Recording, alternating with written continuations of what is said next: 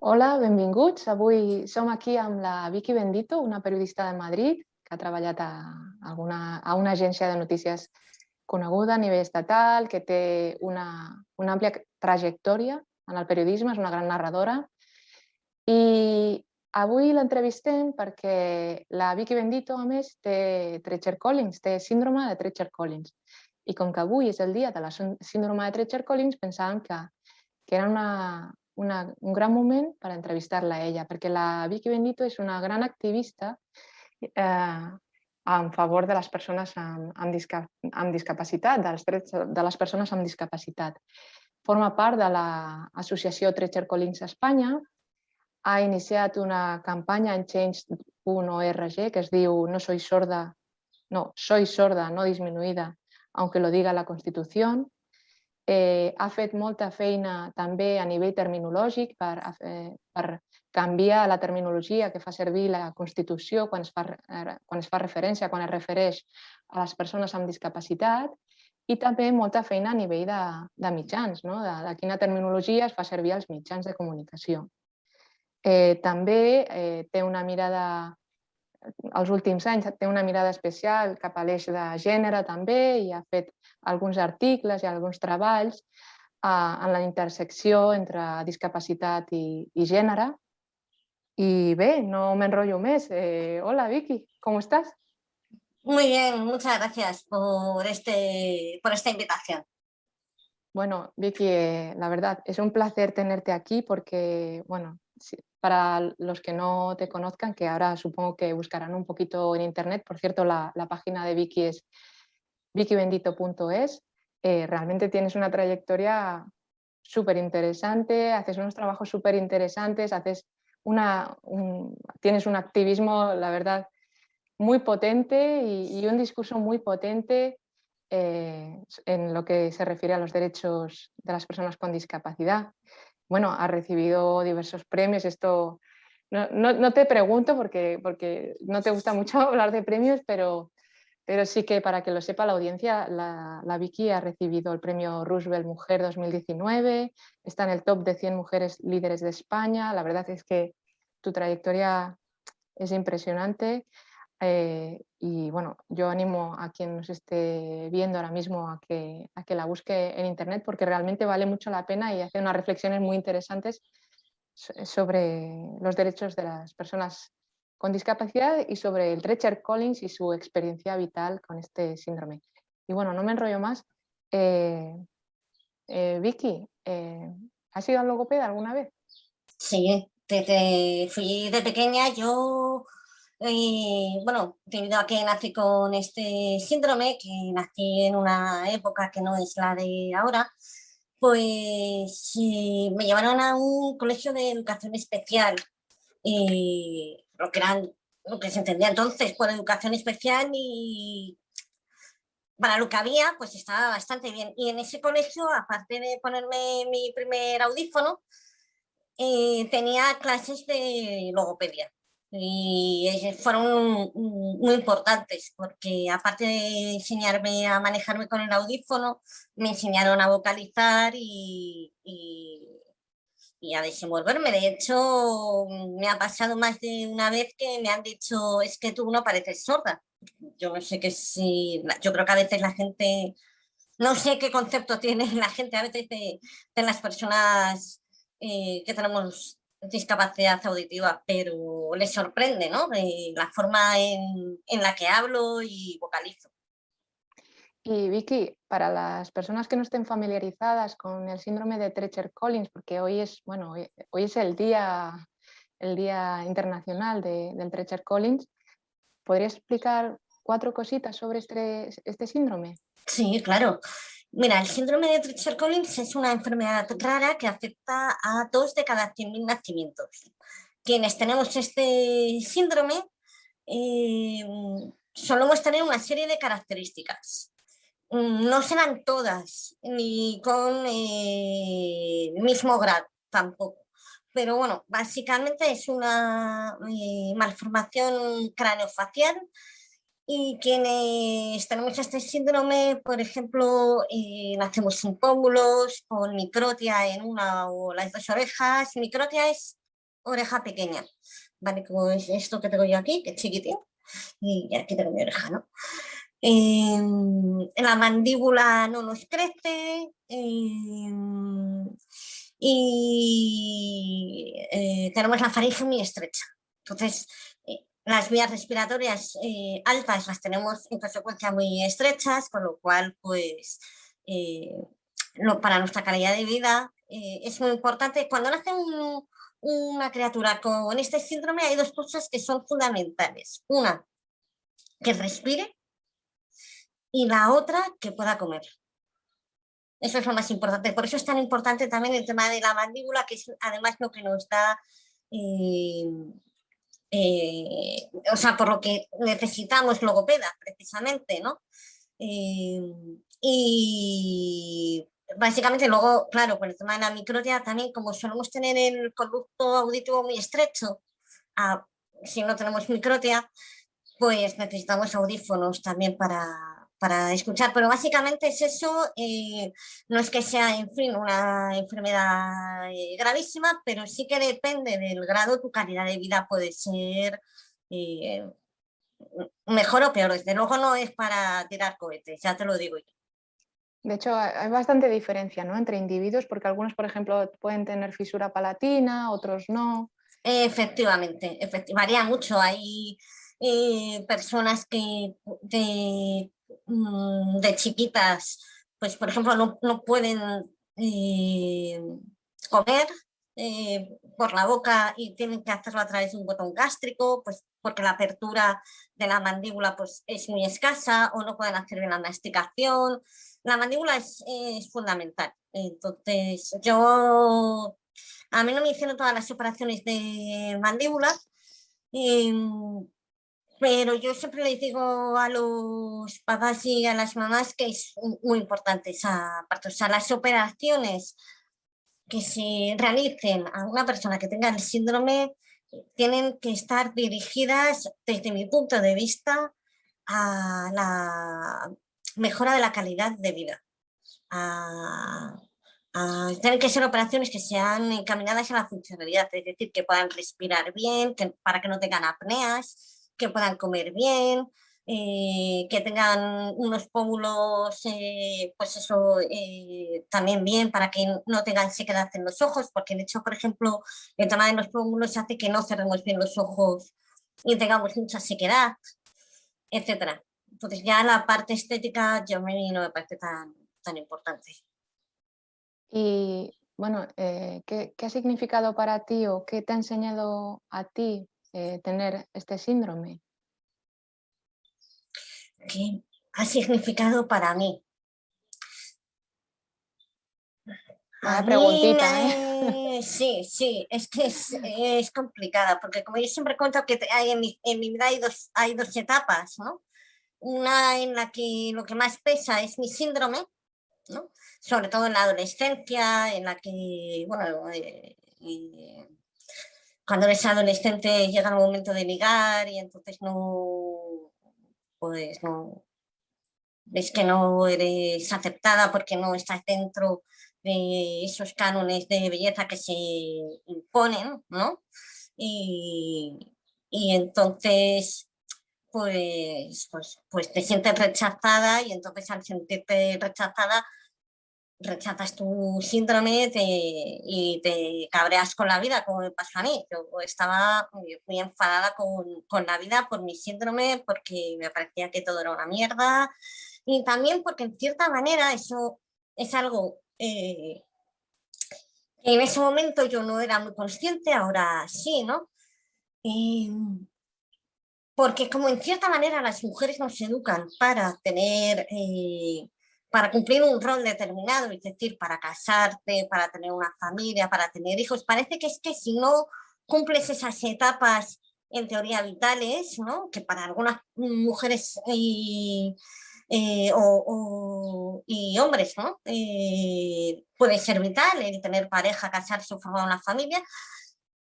Y parece que si no cumples con eso, como que no eres una mujer completa, ¿no? pues eso, claro, la frustración todavía se incrementa más, ¿no? Luego ya con el tiempo te das cuenta que es absurdo, es que hay que romper con esos roles, ¿no? Y luego hay otra etapa en la que lo que más pesa es la discapacidad, ¿no? Que es cuando yo empiezo a trabajar y entonces salgo al mundo laboral y me di cuenta que el entorno no es accesible, que yo tengo que cubrir las informaciones igual que el resto de mis compañeras y compañeros, pero con una desventaja clara.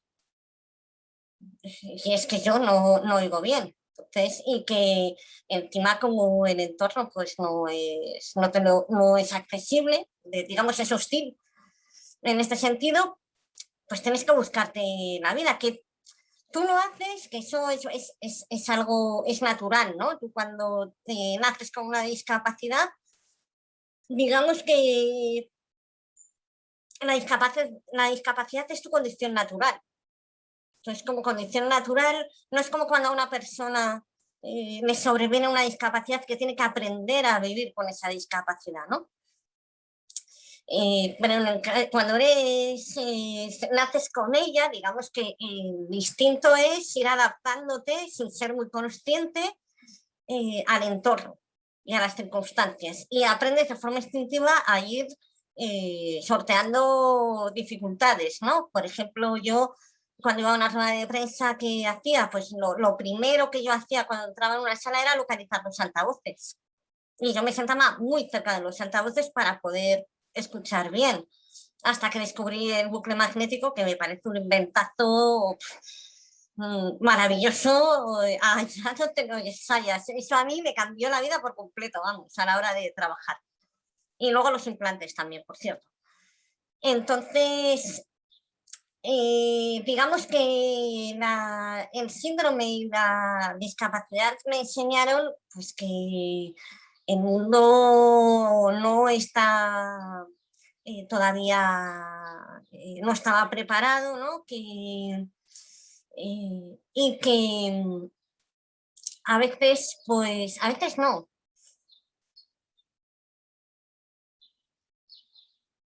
A ver cómo lo digo. Más que nada, aprendes que no puedes vivir pendiente de lo que digan los demás y las demás. Entonces aprendes que tienes que ser dueña de tu vida, tener muy claro que es que aquí, claro, estoy pensando también en voz alta. Es muy importante cuando una familia tiene una criatura con discapacidad, es muy importante que primero que la madre y el padre asuman la discapacidad de, de la niña o el niño. Eso es súper importante, porque si los padres no asumen eso, esa criatura lo va a tener muy difícil. Porque el estímulo que va a recibir no va a ser el de espabila, que el día de mañana tú tienes que ser independiente, porque ese es el objetivo que debe tener toda madre y todo padre, ¿no? Hacer de sus hijas y de sus hijos personas responsables y autónomas. Y en el caso de la discapacidad, con más razón todavía. Entonces, cuanta más formación y más herramientas le des, menos difícil será para esa persona el día de mañana poder tener su vida independiente. ¿Me explico? Y lo que aprendí es eso, que hay una serie de dificultades que están ahí, que no se pueden obviar y que están por el mero hecho de tener discapacidad. O sea, el tema de la discapacidad, hay gente que la problemática no está en sí misma en la discapacidad, que también, es decir, yo tengo una discapacidad y con ella me voy a morir. Punto. Me da igual que haya accesibilidad universal o no. La accesibilidad universal lo que hace es normalizar la discapacidad, pero nunca va a hacer que desaparezca. ¿Me explico? Es decir,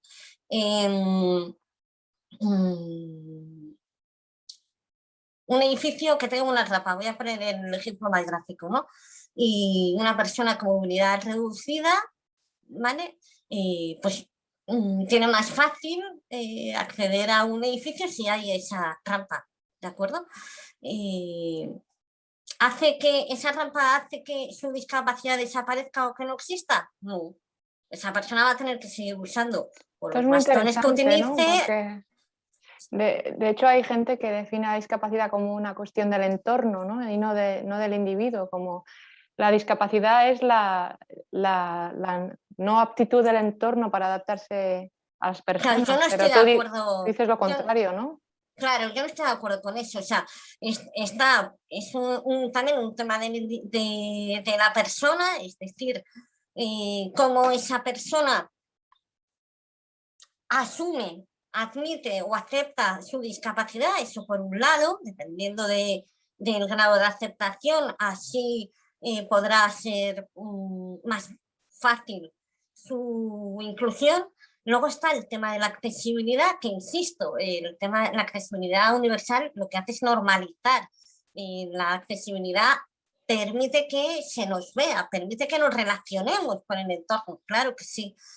Y luego está también la percepción que la sociedad tiene de nosotros y de nosotras. Por eso es tan importante cambiar el artículo 49 de la Constitución. Recientemente se ha aprobado el anteproyecto de reforma de ese artículo, porque aunque es cierto que cuando se redacta ese artículo fue un hito para el colectivo, porque por primera vez la Carta Magna nos daba un espacio, lo cierto es que estaba redactado desde un punto de vista médico rehabilitador. Es decir, la Constitución habla de las personas con discapacidad como disminuidos, que necesitamos tratamiento y rehabilitación. Y no, tratamiento necesitan las enfermedades, rehabilitación las lesiones. Nosotros lo que necesitamos es que se garanticen de manera real nuestros derechos, que tenemos los mismos derechos que cualquier ciudadano y ciudadana de este país, pero lo cierto es que a día de hoy la inclusión no es real y por eso es necesario, y también porque somos muchas las personas con discapacidad, aunque no la mayoría, sino una minoría que ha tenido la oportunidad de tener un trabajo y de desarrollarse profesionalmente, porque insisto que según las estadísticas solo una de cada 4 personas con discapacidad trabaja. Es decir, por cada persona con discapacidad que trabaja hay 3 que no. Eso no lo podemos olvidar, pero gracias a ese uno, poco a poco se han podido ir derribando prejuicios que todavía existen muchos, pero hemos demostrado que hemos superado con creces ese artículo, que no nos representa y que además hay una parte amplia del colectivo para el que eso es para el que no se garantizan unos derechos que son importantísimos y para su dignidad también y para su vida. Sí, siempre al final es como situarlos en una posición de inferioridad, compasiva, siempre es esta visión de la persona con discapacidad Efectivamente. debajo. Y vosotros, bueno, digo vosotros, tú y la gente con la que trabajas, habéis trabajado bastante o te he escuchado bastantes veces hablar en contra de esta terminología que invisibiliza un poco la discapacidad, ¿no? De fundirlo todo en diversidad, en todos somos diferentes. Esto es muy peligroso a nivel político, ¿no? Yo diría que primero a nivel personal. A nivel personal porque, por ejemplo, cuando dicen todos tenemos capacidades diferentes. No, es que parece que da miedo pronunciar la palabra discapacidad. La palabra discapacidad pone nombre a una realidad muy concreta y a una realidad por la que las personas que la tenemos somos discriminadas. Y hay que nombrarla, porque si no la nombras, no existe. Si no existe, tú no puedes combatirla. Hay que combatirla, porque es una situación difícil y complicada. Esto no es el Happy Power Flower. El día de mañana, cuando hay una realidad de una inclusión verdaderamente real, ya echaremos flores al viento. Pero a día de hoy, insisto, es que solo una de cada 4 personas trabaja. Ya no te digo el tema de las mujeres y niñas con discapacidad, que recién ahora se empieza a hablar. Y ahí, por ejemplo, la Fundación Cervi Mujeres está haciendo un trabajo extraordinario, ¿no? Se empieza a visibilizar la problemática, que hasta hace muy poco era legal en España la esterilización forzosa, por ejemplo, y muy poca gente lo sabía. Y entonces, ese tipo de expresiones, insisto, invisibilizan la realidad, la blanquean, y no sé por qué, o sea, no sé si es porque a la gente le da apuro, porque le da reparo, o por desconocimiento puro y duro. Sí que hay que evitar, evidentemente, términos peyorativos como puede ser tullido, minusválido, discapacitado. Discapacitado es discapacitante, es cosificante, por ejemplo, ¿no? No así personas con discapacidad. Detrás de personas con discapacidad se pone en valor la persona, ¿no? Y es una cuestión de dignidad también. Y además es la expresión, ojo, muy importante, que recoge la Convención de Derechos de Personas con Discapacidad, que costó muchísimo sacarla adelante, muchísimo. Y se eligió esta expresión por algo. Y Vicky, ¿qué papel tiene para ti el asociacionismo, la ayuda mutua? Porque, bueno, yo he escuchado en alguna cosa que he visto por internet, ¿cuándo conociste tú a la primera persona con Sí. Treacher Collins? Y me quedé muy impactada. ¿A qué edad conociste tú a alguien que tuviera el mismo síndrome que tú? ¿De mi edad? Pues yo creo que con 40 y algo. Se llama Susana, Susana Lázaro, que es una mujer maravillosa, con una fuerza extraordinaria. Y recuerdo que fue quedamos para tomar café en Madrid y empezamos a hablar, y era como vernos en un espejo, ¿no? Eran 2 historias de 2 vidas que habían transcurrido de forma paralela y hablábamos y era como mirarnos la una a la otra en un espejo. Entonces, fue una experiencia maravillosa y hasta el día de hoy, la verdad que seguimos.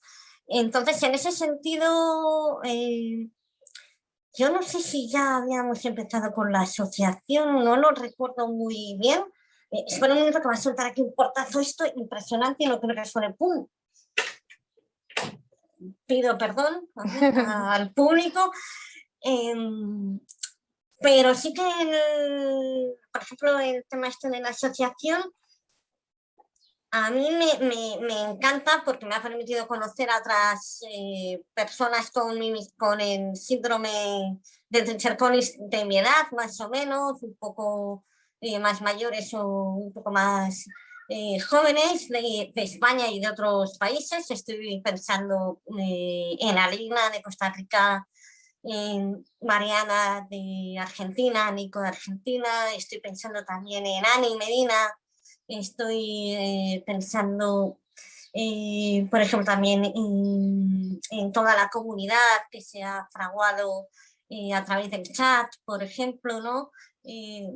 Estoy pensando también, yo que sé, en Paco, en Chema, y luego aquí en España a la actual presidenta Eva, a Edu, por ejemplo, también, a Patricia, muchísima gente. Y eso, yo me pasé toda la infancia sin conocer a un igual. Entonces, sí que oía, ¿no? Que había otras personas que tenían el síndrome, pero me sonó un poco como a leyenda, ¿sabes? Un poco como dicen por ahí que han visto a una persona con tu síndrome, pero yo les decía, pero mi hermano una vez, no, mi madre, pues he visto una chica con el síndrome, pero ¿no has pedido el teléfono? Ah, pues no, y digo, pues habérselo pedido, entonces, ¿cómo sé yo que...?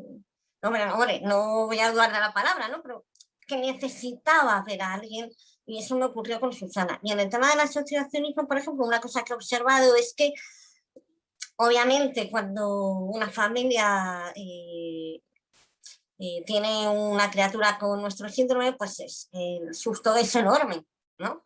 Es un síndrome del que nunca han oído hablar, que encima, fíjate, que tiene mandíbula, sordera, ojos, ay Dios mío, ¿esto qué es? Ay, entonces, lógicamente, tiene una preocupación enorme, ¿sabes?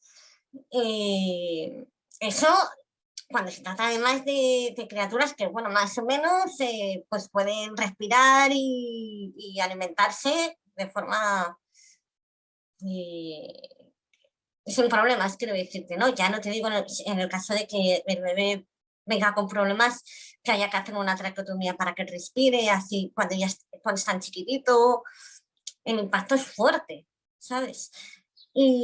Pero cuando un padre o una madre conoce a una persona adulta con nuestro síndrome, que tenemos nuestras vidas, que somos independientes, que somos autónomos, y cada uno con un carácter diferente, pues se le van todos los miedos. Se le van todos los miedos y entonces tienen claro lo que tienen que hacer, que es mejorar la calidad de vida de sus criaturas y al margen de eso, pues que espabile para que estudie y sea lo que y se abra un futuro en algo que les guste. Y de ahí yo creo que el asociacionismo es importante. Y luego aparte también el acompañamiento, porque al ser una enfermedad rara, obviamente tu médico de familia pues no tiene por qué conocerla. Es más, seguro que cuando llegan a su médico de familia es la primera vez que se enteran de que existe eso o lo Se lo llevan tienen que alguna mirar. vez en la facultad, claro, y lo tienen que mirar.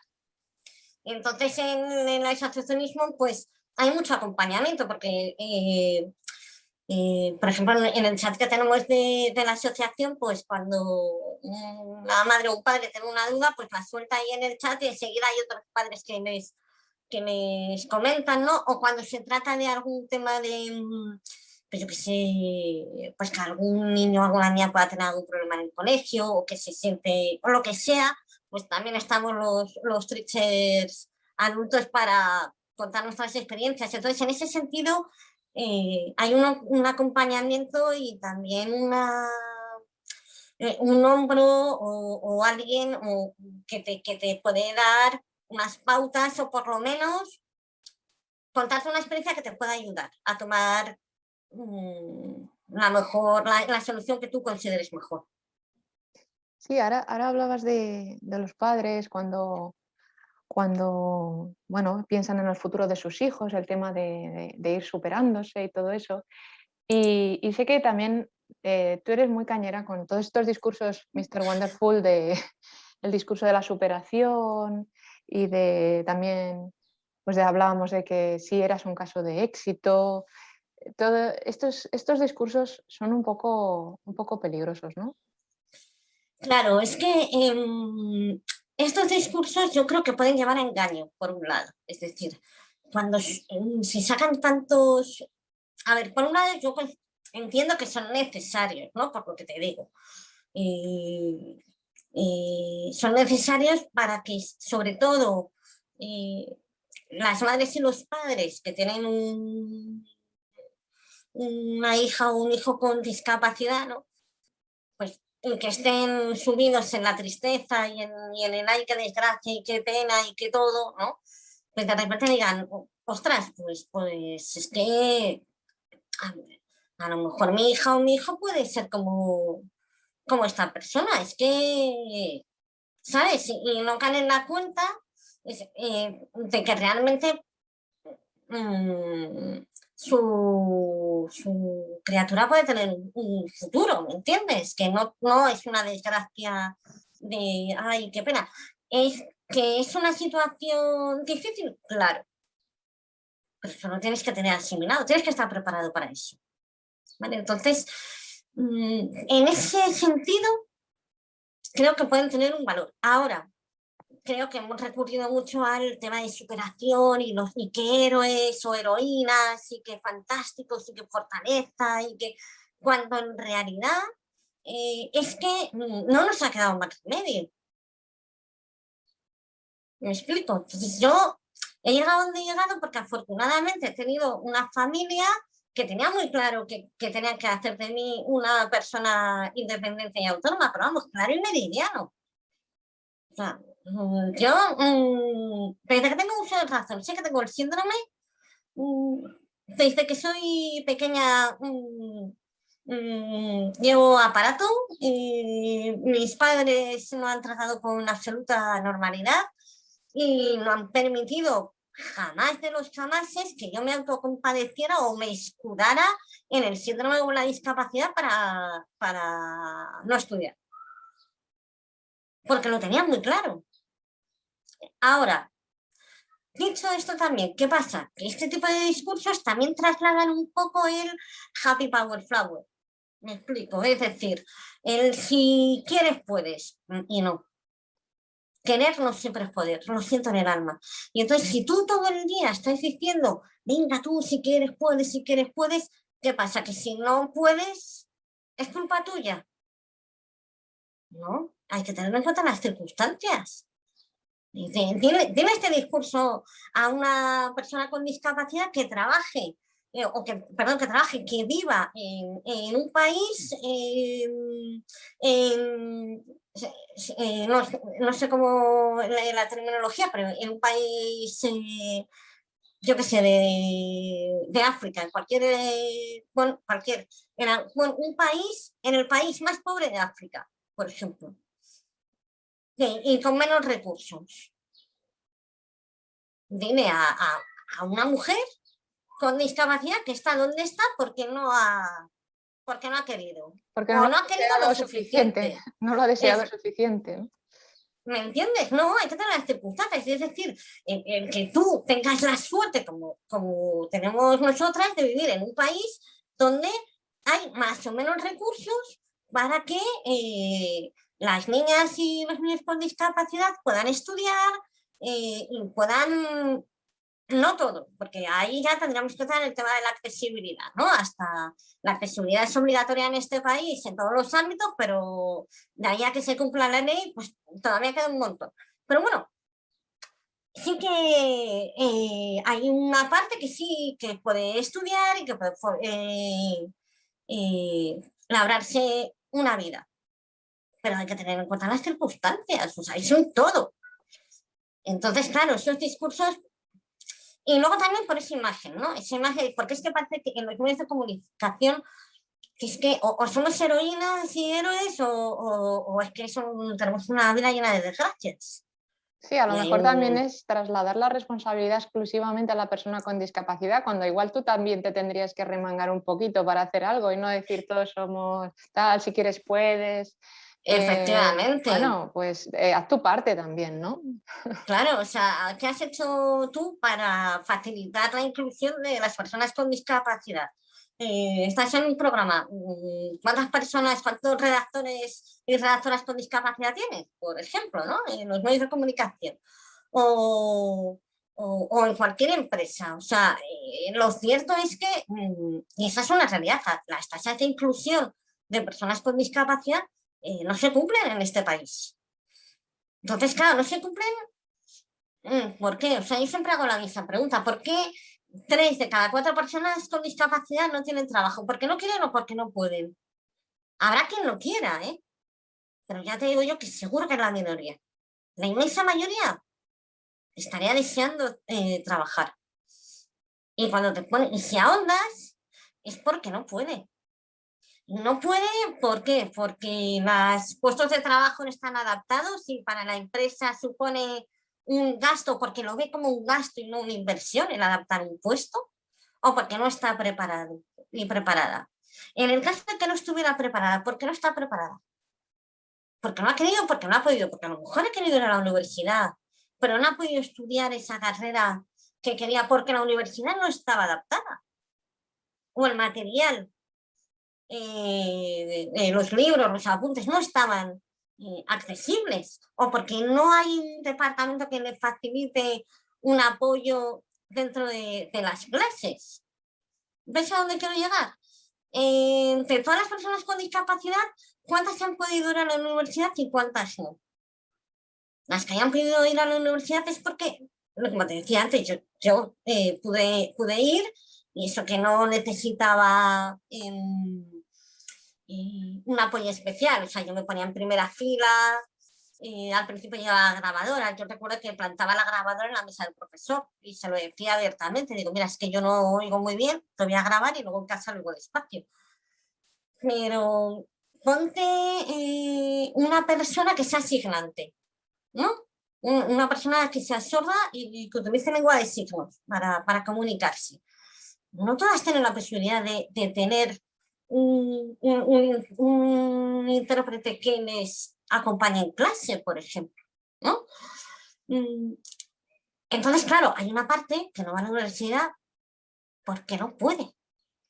Y así sigue bajando, y la accesibilidad es siempre la falta de accesibilidad es esa barrera que me impide.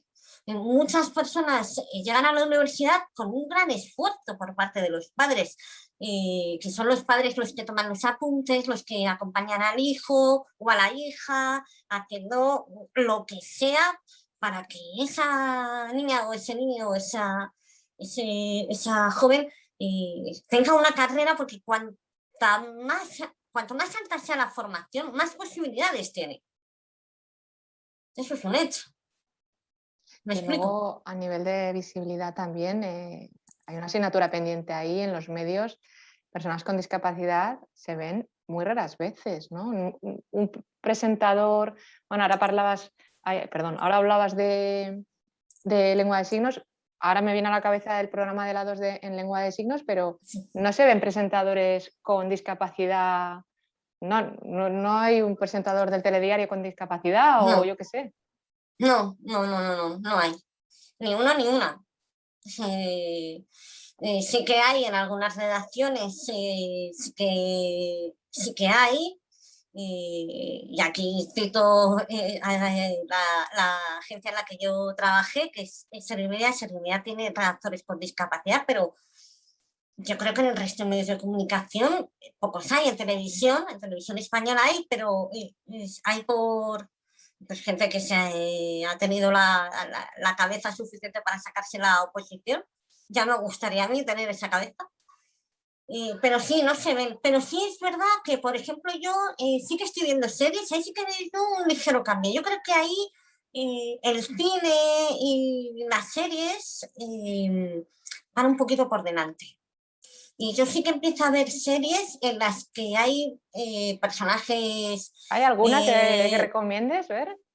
yo es que soy una adicta de las series, o sea, y entonces, mira, estoy pensando ahora mismo si bote pronto no he visto una que se llama, perdóname mi inglés que no pronuncio muy bien.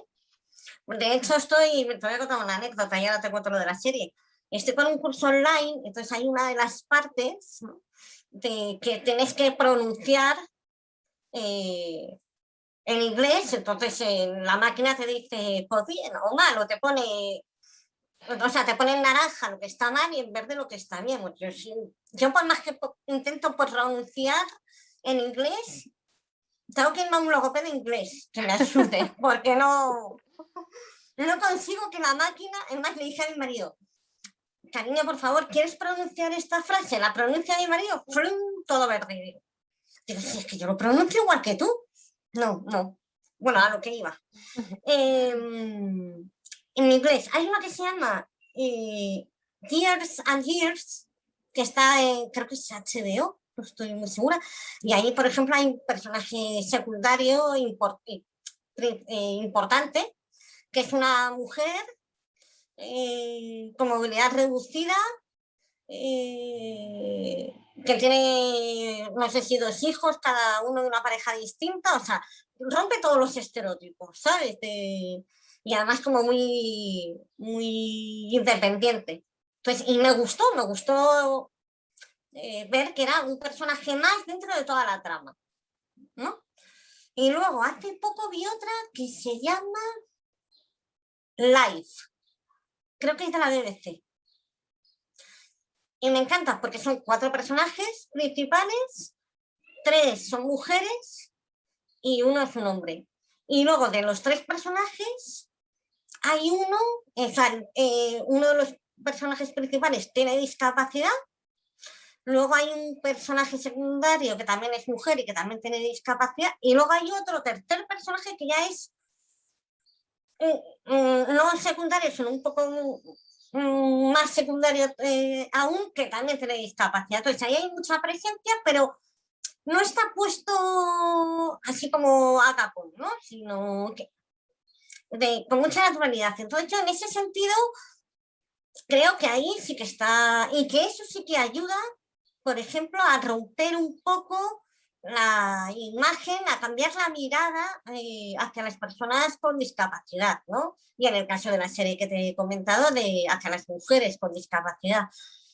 Ocurre algo así como, por ejemplo, pues como cuando en su día se empezaron a introducir en el cine eh, personajes que no eran solo los personajes de raza blanca, rubios y perfectos y tal, ¿no?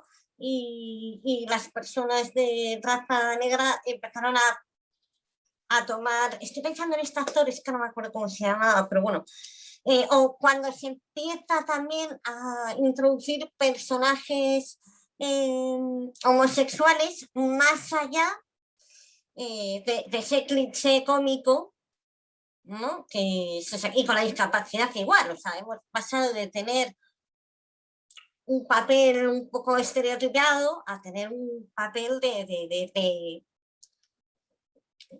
como personas que somos, ¿no? Sí, con un poco más de agencia, ¿no? Porque además ya empiezan a aparecer personajes de colectivos así minorizados que no están ahí por el hecho de pertenecer a ese colectivo, sino que es un personaje más que tiene otro mundo y que además tiene esa característica, pero no está ahí por ser negro, por tener una discapacidad, por ser gay.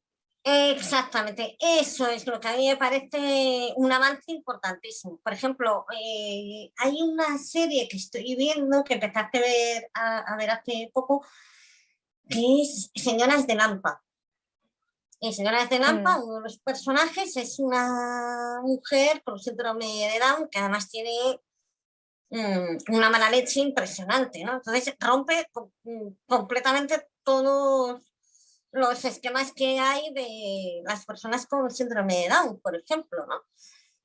Y tiene un papel además protagónico, o sea, es una persona más dentro de toda la serie. Entonces yo creo que en ese sentido sí que... Y eso ayuda a que, ya te digo, a que se cambie la mirada, pero sin duda, o sea, a mí no me cabe la... Y porque además ya va más allá de las historias de superación que hemos tenido en el cine, también muchas veces, ¿no? Estas historias basadas en hechos reales, ¿no? Me estoy acordando la de Sandra Bullock, una película de Sandra Bullock que creo que, no sé si adopta o acoge a un chaval que no sé si tiene discapacidad intelectual, puede ser, pero que es un gran jugador de rugby, ¿sabes? Va más allá, porque ahí es la historia de superación, que está bien, ya te digo, o sea, en su momento estaba bien, ¿no? Pero creo que hay que superar ese... Sí. Porque parece que es que si no es porque alguien está ahí, que es importante, como te decía, porque si el padre o la madre no tienen muy claro que tienen que hacer de sus criaturas personas independientes y autónomas, ahí es que no hay nada que hacer. Pero es que es lo que tiene que ser, ¿me entiendes? Pero igual que con cualquier otro hijo o hija. O sea, tú tienes una criatura para educarla, formarla y que sea una persona de bien. Digo yo, vamos. No vas a ver, con una niña, un niño con discapacidad, todavía con más razón. Muy bien. Bueno, Vicky, muchísimas gracias. Hemos pasado por un montón de temas, hemos hablado hasta de series. ¿Ya hemos terminado? Sí, la verdad que nos quedan muy pocos minutos. Mira, aprovecho para abusar un poquito y te hago una última pregunta. Desde la perspectiva así de un poco del activismo y de todos estos saraos en los que estás metida, ¿cuál crees que es la próxima asignatura pendiente que habría que abordar, el próximo objetivo en materia de derechos para las personas con discapacidad? Bueno, se están haciendo bastantes cosas y yo creo que una vez que se apruebe la reforma del artículo 49, que yo creo que eso va a ser fundamental, va a ser básico, porque además creemos que va a introducir, me acabo de liar, pero retomo, entonces el artículo 49 es importante porque va a estar redactado desde un punto de vista en el que se obliga a garantizar esos derechos.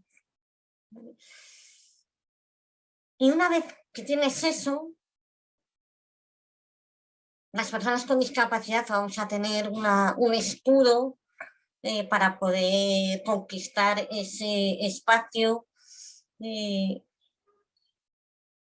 no solo que queremos ocupar, sino que nos corresponde por derecho. Hay un matiz importante. ¿Qué será lo siguiente? Yo creo que todavía queda... Es que todavía, aunque se han dado bastante, o sea, yo pienso en los años 70 y pienso donde estamos ahora, y hemos avanzado, ¿no? Yo creo que en los años 70 era inconcebible que una persona con la discapacidad que fuera pudiera ser periodista, pudiera ser abogada o pudiera ser profesor, no sé. Pero aún así, todavía queda bastante, ¿no?, por avanzar. Entonces, para mí lo más importante es avanzar en la inclusión, es decir, avanzar en la inclusión para que las personas con discapacidad no solo podamos elegir, ¿no?, y decir, pues yo quiero hacer esto y voy a hacer todo lo posible para poder hacer esto, ¿no?, sino que también seamos elegibles. Que alguien nos vea y diga, me gusta esta persona, la quiero en mi equipo. Muy Eso es bien, lo que... y cuando eso suceda, entonces podemos hablar de inclusión real. muy bien. Bueno, pues lo dejamos aquí. Bueno, hacernos el favor de compartir el hashtag de hoy, hacer un poquito de difusión de este vídeo y de todo lo que os encontréis de Treacher Collins para visibilizar un poquito este síndrome que es bastante desconocido, todo hay que decirlo, ¿eh? No es súper conocido. Y en ámbito logopédico la verdad es que toca muchos de los ámbitos que los logopedas tratamos, ¿no? Deglución, articulación, el tema de la audición y el problema del lenguaje asociado a la pérdida auditiva, o sea que realmente un niño con Treacher Collins es muy probablemente candidato a recibir terapia logopédica. Pues nada, Vicky, muchísimas gracias y nada, que hay mucha suerte y que vaya muy bien. Muchas gracias a vosotras por este rato tan agradable que se me ha pasado volando, ¿eh? Venga, muy bien. Hasta pronto. Chao.